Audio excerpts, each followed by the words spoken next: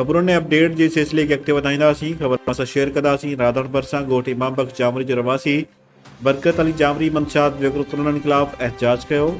शामी सरदारी जी report मूजिबि उन मौक़े ते मीडिया सां ॻाल्हाईंदे चयो त सरेआम पियो थो हले। मां क़ुर शरीफ़ खणी वियो आहियां हुनजे दर ते त ही जेका शइ बंदि कयो। असांजा बचा मरनि था। अॻ में बि असांजा ॿ टे छोकिरा मरी विया जंहिंमें वॾे वकार खान फ़ैसिलो कयो हो त उन्हनि चयो त असां इहा शइ न हलाईंदासीं। उन जे बावजूद बि माना असांजे कोठी ईअं सम्झ जीअं अॻ में भाड़ा ॿुधाईंदा हुआ त भाड़ा में सरेआम नशो हले थो। असां वटि नशो ईअं थो हले। असां बार बार पुलिस खे फ़ोनियूं था कयूं, उन्हनि खे कयूं था, केर बि असांजी मदद करण वारो केरु कोन्हे। मां क़ुर शरीफ़ खणी वियुसि। मूंखे चयो तोखे ॿुईअ में काठी आहे ऐं तूं जेको आहे असांखे कीअं रोकींदे, असां हलाईंदासीं। सरेआम जेको आहे पुलिस वारनि चार खां वॾो ज़ुल्म आहे। जेकर असां ॻाल्हायूं था असांखे धमकियूं ॾींदियूं आहिनि सरकारी औज़ार खणी ऐं निकिरी था अचनि। वधी बात असां इहा शइ हलाईंदासीं, केरु बंदि न कराए सघंदो।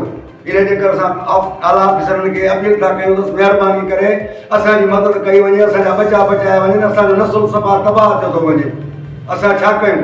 हाणे 2 छोकिरा 2 छोकिरियूं, हाणे उहे जवान छोकिरियूं वेठियूं आहिनि, 2 छोकिरा आइसर थी विया। हाणे मूंखे ॿुधाए त असांजो नसुल तबाह थी वियो, असां काॾे वञूं, कंहिंखे था वञूं? असां सां ज़ुल्म आहे वॾो, महिरबानी कई वञे।